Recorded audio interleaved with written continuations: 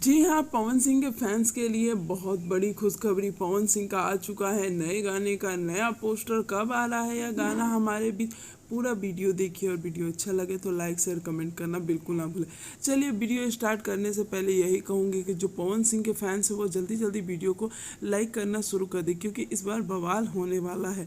पवन सिंह ने कल रात 11 बजे के करीब एक गाने का पोस्टर शेयर किया जिसकी चर्चा वो काफ़ी दिनों से कर रहे थे, और उस गाने का नाम था कुंवार वाला डीपी। जो गाने का पोस्टर है उसमें पवन सिंह काफ़ी कह सकते हैं हॉट और खूबसूरत लग रहे हैं, अलग लुक है।